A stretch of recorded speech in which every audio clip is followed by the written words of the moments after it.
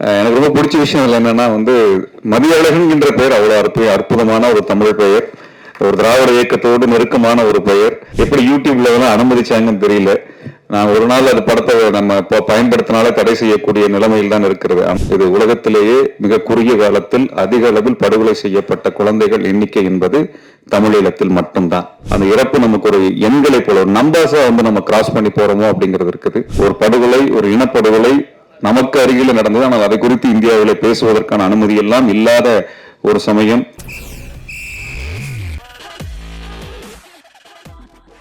இந்த வரலாறு படிச்சுட்டு இருக்க பசங்களை கொண்டு போய் பயாலஜி கிளாஸ்ல விட்ட மாதிரி இருந்தது எனக்கும் தோழர் சுந்தரவல்லி அவர்களுக்கும். இந்த திரைப்பட உலகத்தை பற்றி எங்களுக்கு பெரிய அளவுக்கு அறிமுகம் இல்லை. ஆனால் குணாஜி தோழர் சொன்னார், இந்த மாதிரி நம்ம தெரிந்த தம்பி ஒருவர் ஒரு சமூக அக்கறையோடு மண்ணின் மீது ஒரு நேசத்தோடு ஒரு படம் எடுத்திருக்கிறாரு. அதனுடைய விழாவிற்கு நீங்கள் வர வேண்டும் என்று சொன்னார். அந்த அடிப்படையில் உங்களை எல்லாம் சந்திப்பதில் இன்றைக்கு பெரிய மகிழ்ச்சி. ஒரு அறிமுக இயக்குனரை போல இல்லாமல் அந்த படம் பார்க்கும் பொழுது ரொம்ப முதிர்ச்சியான ஒரு நன்றாக ஒரு செதுக்கப்பட்ட படைப்பாக அந்த காட்சிகள் தெரிந்தது. அந்த யூடியூப்ல அந்த லிங்க் அனுப்பியிருந்தாரு.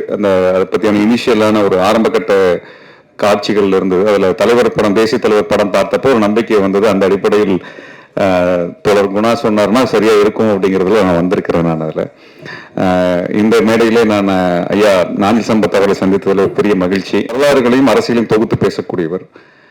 பல்வேறு ஆளுமைகள் இந்த மேடைகளில் இருக்கிறார்கள். அவர்கள் அனைவருக்கும் நான் எனது வணக்கங்களை தெரிவித்துக் கொள்கின்றேன். இந்த திரைப்படத்தில் அவங்க சொன்ன செய்தி, இயக்குனர் சொன்ன செய்தியிலிருந்து நான் பார்க்கும் பொழுது ஒரு சமூக அக்கறையோடு இயங்கக்கூடிய ஒரு கதாநாயகனை அவர் முன்னிறுத்துகிறார். அந்த அடிப்படையில் இந்த சமூகத்தை பற்றியான ஒரு அக்கறையோடு இருக்கக்கூடிய இயக்குனர்கள் குறைவாக இருக்கக்கூடிய ஒரு காலகட்டத்தில் இப்படிப்பட்ட இயக்குனர்கள் இந்த உலகத்திற்கு வருவது என்பது வரவேற்புக்குரியது. கதாநாயகனாக நடித்திருக்கக்கூடிய மதியழகன் அவர்கள் அது முதல் படம் என்பது போல தெரியவில்லை. நன்கு ஒரு பயிற்சி பெற்ற ஒரு நடிகரை போல அதில் மிளர்ந்திருக்கிறார். எனக்கு ரொம்ப பிடிச்ச விஷயம் என்னன்னா மதியழகன் என்ற பெயர் அவ்வளவு அற்புதமான ஒரு தமிழ் பெயர். ஒரு திராவிட இயக்கத்தோடு நெருக்கமான ஒரு பெயர். அந்த பெயரை நான் மாற்றிக்கொள்கிறேன், அல்லது இன்னைக்கு புது திரைப்படத்துக்கு வந்தாலே வேற ஒரு பெயரை மாத்திக்குவோம் அப்படின்னு சொல்லி நிறைய பேர் அட்வைஸ் பண்றதுக்கெல்லாம் வருவாங்க. அதையெல்லாம் கடந்து அந்த பெயரோடு இருப்பது என்பது ஒரு பெரும் மகிழ்ச்சியாக இருக்கிறது.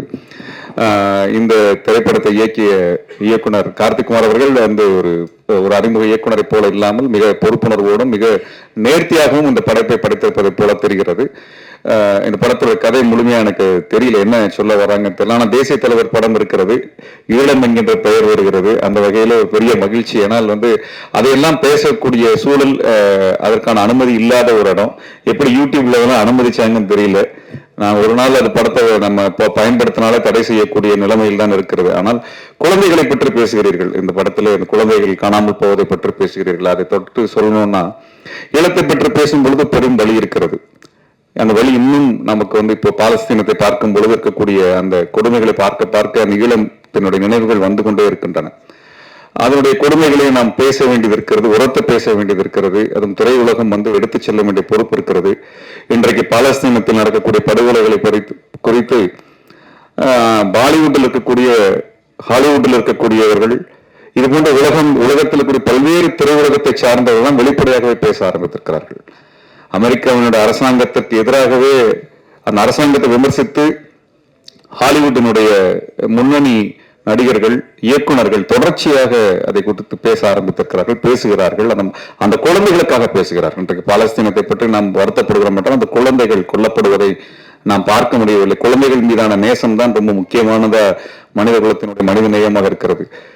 ஈழத்தில் கிட்டத்தட்ட 8 மாதத்தில் 32,000 குழந்தைகள் வரை படுகொலை செய்யப்பட்டார்கள். இது உலகத்திலேயே மிக குறுகிய காலத்தில் அதிக அளவில் படுகொலை செய்யப்பட்ட குழந்தைகள் எண்ணிக்கை என்பது தமிழீழத்தில் மட்டும்தான். வெறும் 8 மாதத்தில் 146,679 பேர் படுகொலை செய்யப்பட்டார்கள் என்கின்ற 15 ஆண்டு கால தகவலை தற்பொழுது மாற்றி அதற்கு மேலும் 20,000 பேர் படுகொலை செய்யப்பட்டிருக்கார்கள் என்று ஐநாவினுடைய நிபுணர் குழுவினுடைய அறிஞர் இப்ப ஒரு 3 வாரத்துக்கு முன்பாக தகவல் வெளியிட்டிருந்தார். நமக்கு அதெல்லாம் செய்தியாகவே மாறவில்லை. 20,000 பேர் எண்ணிக்கை. 1 அல்ல 2 அல்ல, 1,46,000 பேர்ல இருந்து 1,67,000 பேர் என்று அந்த கணக்கு சொல்லும் பொழுது 20,000 பேருடைய அந்த இறப்பு நமக்கு ஒரு எண்களை போல ஒரு நம்பர்ஸா வந்து நம்ம கிராஸ் பண்ணி போறோமோ அப்படிங்கிறது இருக்குது. அதுல ரொம்ப அந்த துயரத்தை தாங்க முடியாத காரணங்கள் என்னன்னா, நம்ம ராமேஸ்வரம் தனுஷ்கோடி பகுதியில் இருந்து ஒரு 10-15 கிலோமீட்டர் தொலைவில் இருக்கக்கூடிய இந்த இடத்தின் பேர் மன்னார் மாவட்டம்னு பேரு. போர் ஆரம்பித்த பொழுது 2008 போர் ஆரம்பித்த பொழுது மன்னார் மாவட்டத்தினுடைய மக்கள் தொகை 32,000 சொச்சம் பேர், 32,400 பேரோ 800 பேரோ இருந்தாங்க.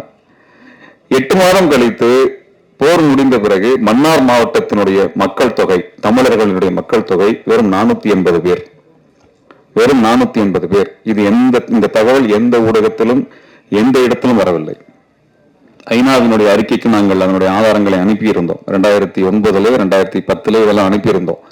இப்படிப்பட்ட ஒரு மோசமான ஒரு போர், ஒரு படுகொலை, ஒரு இனப்படுகொலை நமக்கு அருகில் நடந்தது. ஆனால் அதை குறித்து இந்தியாவில் பேசுவதற்கான அனுமதி எல்லாம் இல்லாத ஒரு சமயம் இந்த இனத்தினுடைய மானத்திற்காகவும் இந்த இனத்திற்கு என்று ஒரு தேசம் வர வேண்டும் என்று போராடிய தலைவனை குறித்து எங்கும் பேச முடியாது, அவர் புகைப்படத்தை கூட பயன்படுத்த முடியாது என்கின்ற ஒரு சூழலில் அந்த படத்தை ஏதோ ஒரு இடத்தில் கொண்டு வந்து விட வேண்டும் என்று திரைப்படத்தில் கொண்டு வந்திருக்கின்ற வகையில் அவருக்கு எனது பாராட்டத்தை தெரிவித்து, இந்த முயற்சியை முன்னெடுத்த தயாரிப்பாளர்களுக்கும் இதில் கதாநாயகனாக நடிக்கக்கூடியவர்களுக்கும் அதனுடைய தொழில்நுட்ப கலைஞர்களுக்கும் இதை மிக திறம்பட இயக்கிய இயக்குனருக்கும் அனைவருக்கும் எனது வாழ்த்துக்களை கூறி விடைபெறுகிறேன். நன்றி, வணக்கம். அனைவருக்கும் வணக்கம். Congratulations to the whole team. ஒரு படம் வந்து in my opinion சினிமாங்கிறது வந்து ரொம்ப பவர்ஃபுல்லான மீடியா. அண்ட் ஒவ்வொரு வாய்ப்பும் டிரெக்டர்ஸ்க்கு கிடைக்கிற, ஃபிலிம் மேக்கர்ஸ் கிடைக்கிற ஒவ்வொரு வாய்ப்பும் வந்து அவ்வளோ ஒரு என்ன சொல்றது, இட்ஸ் ஸோ வண்டர்ஃபுல். ஒரு படம் முடிச்சுட்டு நம்ம ஃபீல் பண்ணுவோம் இன்னும் அதை பெட்டராக யூஸ் பண்ணியிருக்கலாமேன்னு. யூனோ அது முடிஞ்சதுக்கு அப்புறம் தான் அந்த அந்த அந்த ஒரு you will start missing it. ஐயோ, இன்னும் அந்த வாய்ப்பை நல்லா பயன்படுத்திக்கலாமே தோணும். ஸோ ஒவ்வொரு வாய்ப்பும் நம்ம ரொம்ப ரொம்ப சீரியஸாக அதை வந்து சினிமாவை நம்ம லைட்டாக எடுத்துக்கவே முடியாது. அந்த உழைப்பையும் அந்த அந்த பேஷனோடு நம்ம ஒர்க் பண்ணணும். அந்த பேஷன் எனக்கு இந்த படத்தில் தெரியுது. அதே மாதிரி அந்த ஒரு ரெஸ்பான்சிபிலிட்டிங்கிறது ஒன்று இருக்குது ஒரு ஃபிலிம் மேக்கருக்கு. That's my opinion, my humble opinion. அந்த ரெஸ்பான்சிபிலிட்டி எல்லா ஃபிலிம் மேக்கர்ஸ்க்கும் இருக்கணும்னு நம்ம ஆசைப்படுறோம். So all the best to the team. And this is your debut film as an actor. All the best. Creativity ஓட உச்சகட்டம்னா சினிமா தான் நான் நினைக்கிறேன். பிகாஸ் நிறைய பாதைகளில் போயிட்டு finally I found my you know, நான் எதை தேடிட்டு இருந்தேனோ அது எனக்கு சினிமாவில் கிடைச்சது. ஸோ அதனால I think you have stepped into a beautiful, wonderful world, and all the best to you for your creative journey. And the whole team. Editor ஒரு லேடியா இல்லையா, மிஸ் சொன்ன மாதிரி இருந்தது. மிஸ் வாசிச்சப்ப எனக்கு ஒரே எக்ஸைட்டட் ஆயிடுது. ஏன்னா டெக்னீஷியன்ஸ் வந்து சினிமாக்கு பின்னால் இருக்கிறது டெக்னீஷியன்ஸ் விமனா வரும்போது நமக்கு அது ரொம்ப சந்தோஷமா இருக்கும்.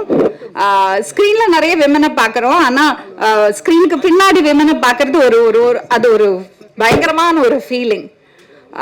ஸோ கிரியேட்டிவிட்டி மாதிரி ஒரு இன்டாக்சிகேஷன் வேற ஒண்ணுமே கிடையாது. அதுக்கு மேல ஒரு போதை தேவையில்லை நமக்கு. So I think Karthik Kumar, all the best to you.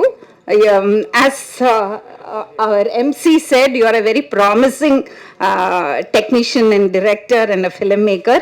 I hope you make films that really touch the hearts of people and create a positive influence.